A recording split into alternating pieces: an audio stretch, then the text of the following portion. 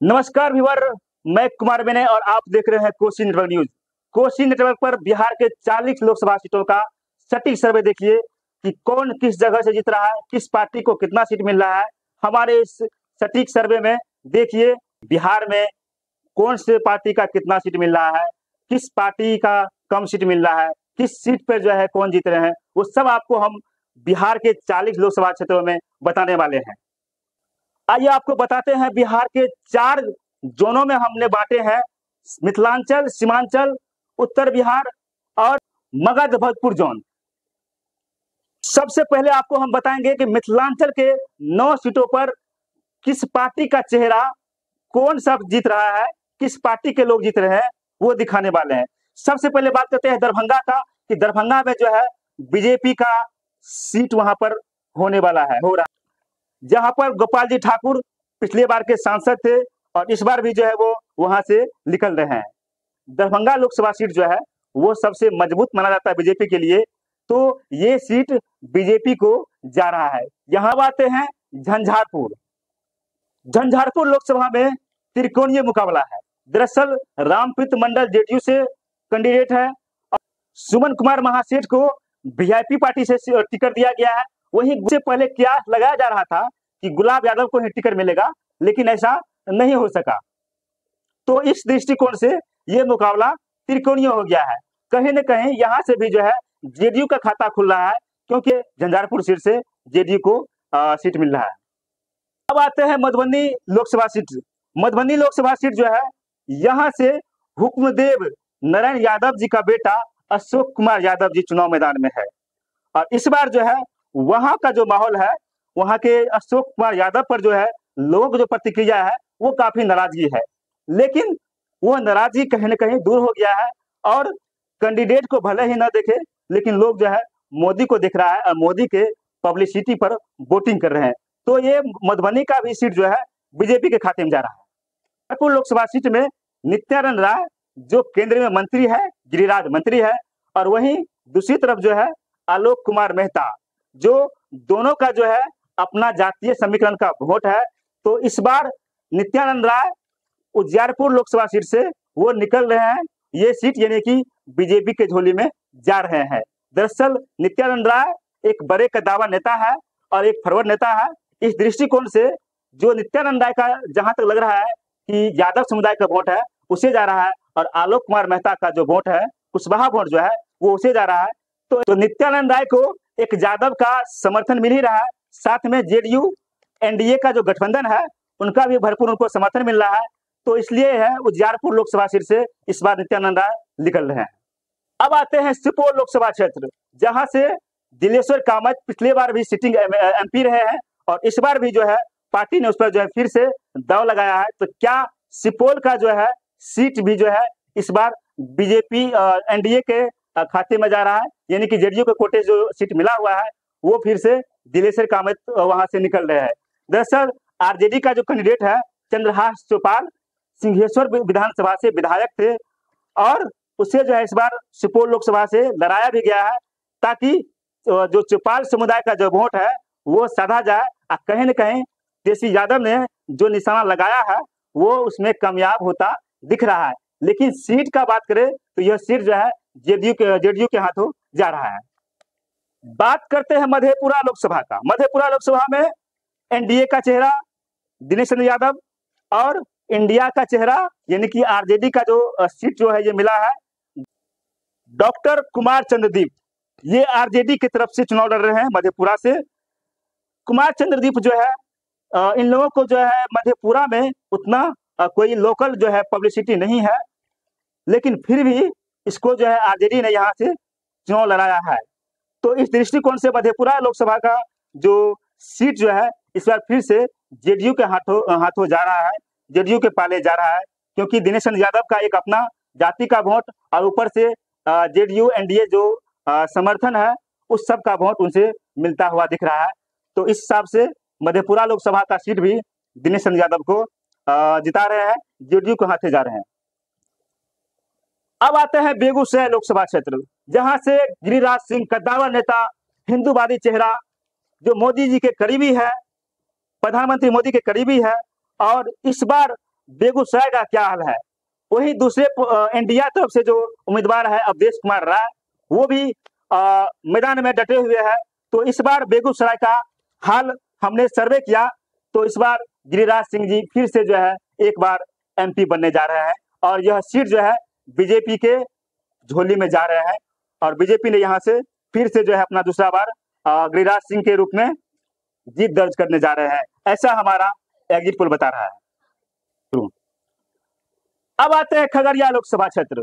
खगड़िया लोकसभा क्षेत्र बड़ा ही कांटे का मुकाबला है, बड़ा ही टक्कर का मुकाबला है। कौन जीत सकता है ये कहना मुश्किल है, लेकिन हमारे टीम ने जब सर्वे किया खगड़िया लोकसभा का, तो पल पल का जो रिपोर्ट जो उन्होंने बताए, तो उस रिपोर्ट में साफ साफ सामने नजर आया कि इस बार भी जो है एलजेपी के खातों में ये सीट जा रहे हैं। के बीच ये माहौल भी रहा है कि लोकल बनाम बाहरी, तो ये मुद्दा छाया रहा है। लिपि की तरफ से राजेश वर्मा है और सीपीआई की तरफ से संजय कुमार है। अब आते हैं समस्तीपुर लोकसभा क्षेत्र, जहां बेटा बेटी का लड़ाई है। एक तरफ संभावी चौधरी तो दूसरी तरफ सन्नी हजारे हैं। एक तरफ मंत्री का बेटी और दूसरी तरफ भी मंत्री का बेटा, जो भूतपूर्व में मंत्री भी रहे हैं, सन्नी हजारे के पिताजी। तो यहाँ पर जब मोदी जी आए थे तो संभावी को अपना बेटी माना और कहा हमारे बेटी को इस बार जिताइए। तो समस्तीपुर लोकसभा क्षेत्र का जब हमारे टीम कोसी न्यूज ने वहां पर सटीक सर्वे किया, तो संभावी चौधरी वहां से जीतती नजर आ रही है। तो यह आपको हम बताए थे मिथिलांचल क्षेत्र में क्या है कंडीशन, कौन कहां से जीत रहा है, तो ये सब आपको हम बताए। और मिथिलांचल क्या आप पूरे 9 सीटों पर हमने सर्वे किए हैं, तो ज्यादातर विधायक सांसदों का नाराजगी जनता में देखा गया है। लेकिन सबसे जो मेन बात जो सामने आया है, निकल के सामने आया है, वो मोदी फैक्टर को लेकर के लोग मजबूरन सांसदों को वोट दे रहे हैं। आइए अब बात करते हैं सीमांचल एरिया का कि सीमांचल में क्या माहौल है। बात करते हैं सबसे पहले अररिया लोकसभा का। अररिया लोकसभा में प्रदीप कुमार सिंह बीजेपी की तरफ से एमपी थे और इस बार फिर उसे टिकट दिया गया है। और वहीं दूसरी तरफ सरफराज आलम आरजेडी के टिकट से चुनाव लड़ रहे हैं। लेकिन जब चुनाव का स्टार्टिंग शुरू हुआ था चुनाव, तो लग रहा था कि यह सीट जो है आरजेडी की तरफ जाएगा। लेकिन जैसे जैसे चुनाव नजदीक आते गया, काफी जब नजदीक आते गया, तो यह मामला जो है उल्टा होने लगा यहाँ, और यह सीट भी जो है बीजेपी के पाले में जाता दिख रहा है, जहां से प्रदीप कुमार सिंह फिर से बीजेपी की तरफ से जीत रहे हैं और यह सीट बीजेपी को जा रहा है।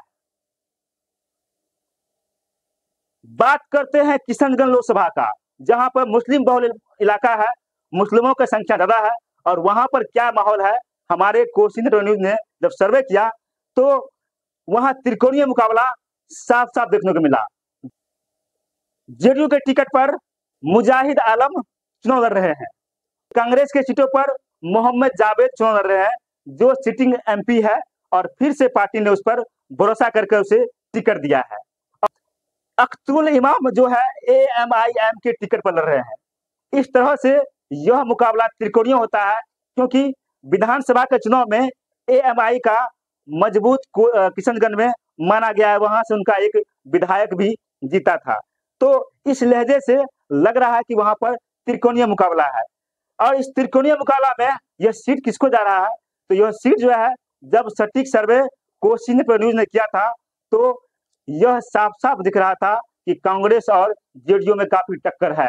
दोनों टक्कर इतना टक्कर है कि बराबरी का है, कांग्रेस की हो सकता है, जेडीयू को भी हो सकता है। लेकिन जैसे वहां के लोगों के राय के अनुसार हमने सर्वे किया था, तो जेडीयू को यह सीट मिलता हुआ दिख रहा है। अब आते हैं कटिहार लोकसभा क्षेत्र में।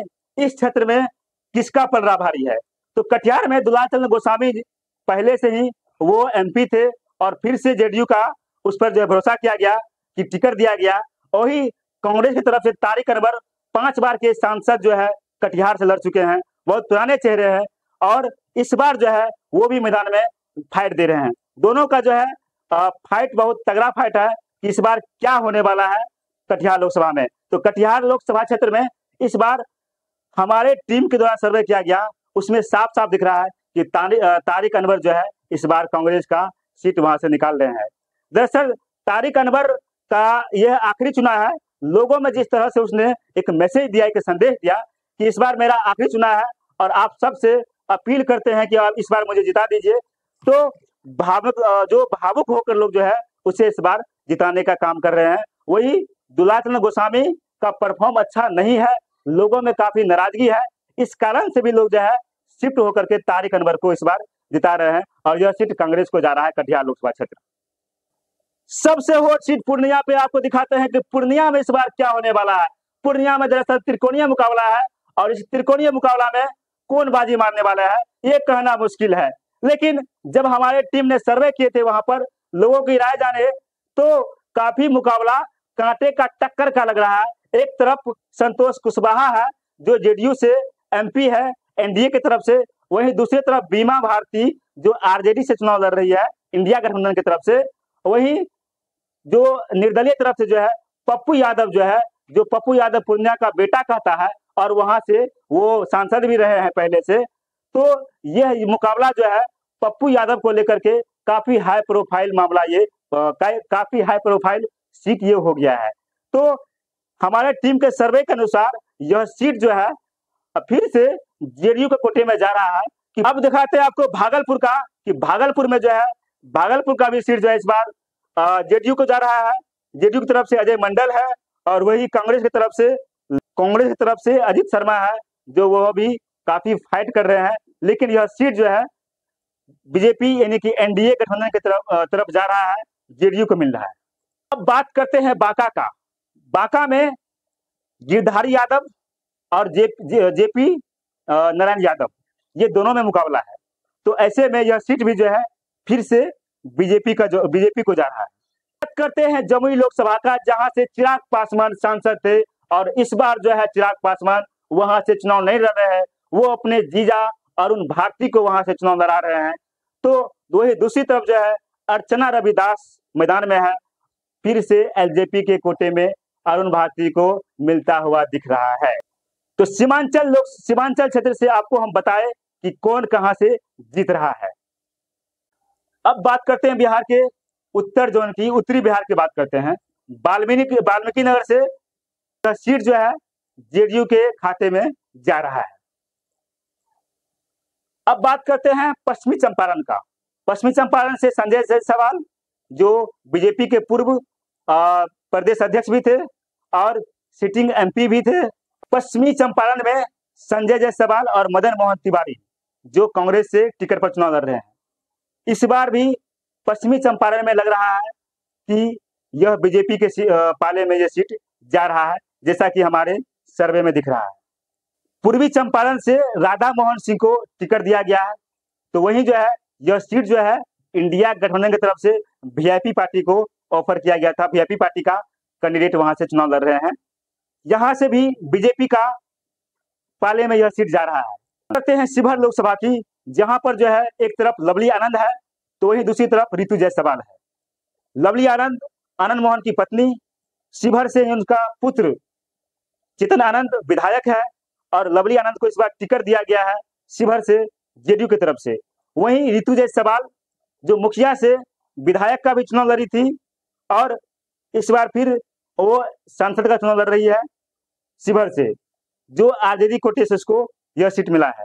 लेकिन शिवहर का भी सीट बहुत कांटे का टक्कर है, दोनों ने खूब मेहनत किया है और दोनों खूब प्रचार किया है। हमारे सर्वे के अनुसार से यह सीट फिर से लवली आनंद यानी कि जेडीयू के कोटे में जा रहा है। मैया सीता की जन्मभूमि सीतामढ़ी की बात करते हैं, वहां पर क्या माहौल है।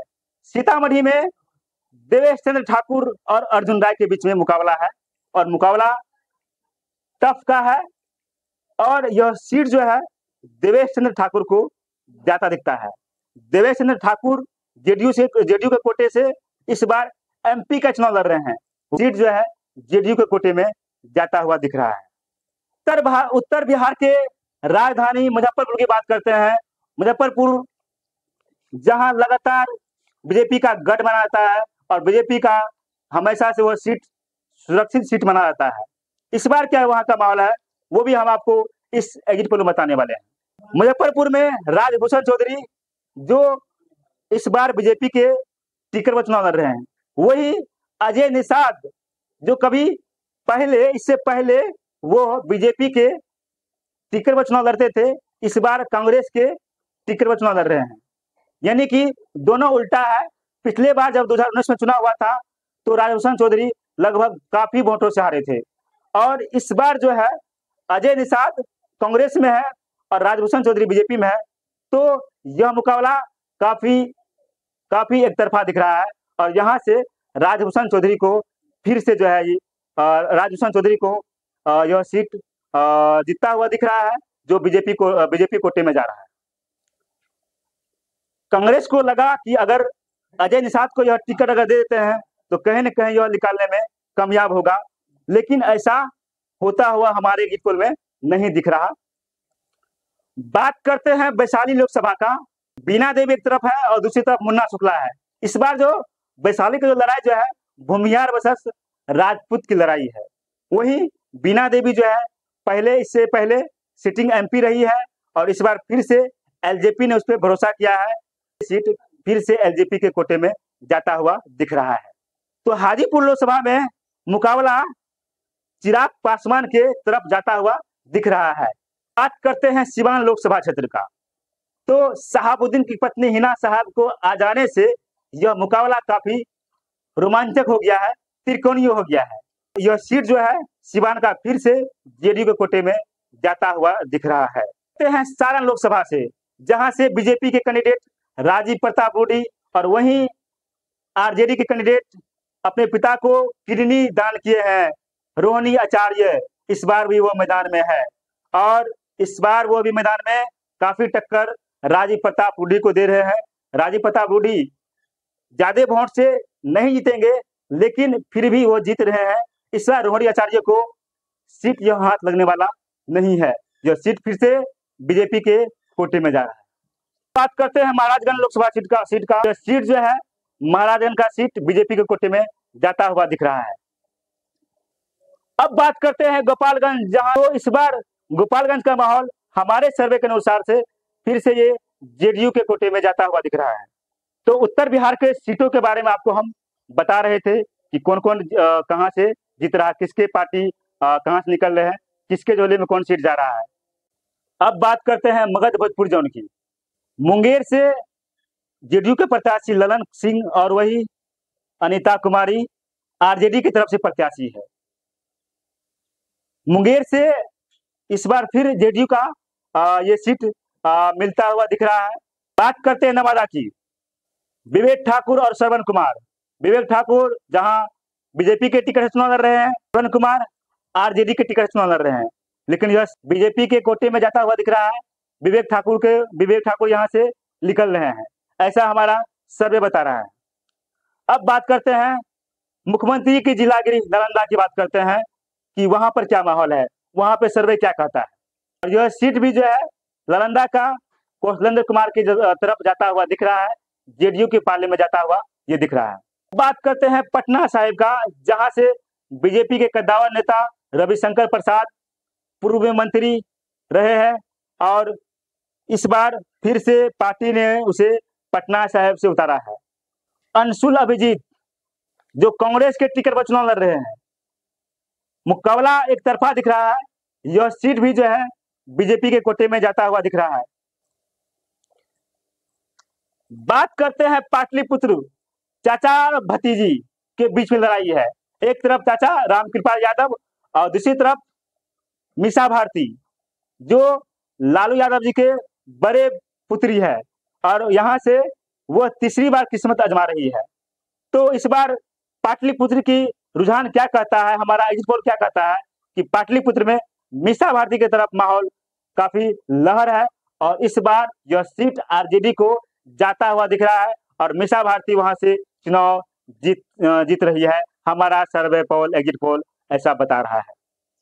बात करते हैं जहानाबाद की, जहां से आरजेडी के उम्मीदवार सुरेंद्र यादव, चंद्रेश्वर प्रसाद जेडीयू के उम्मीदवार, और वहां से यह सीट जो है आरजेडी के खाते में जाता हुआ दिख रहा है।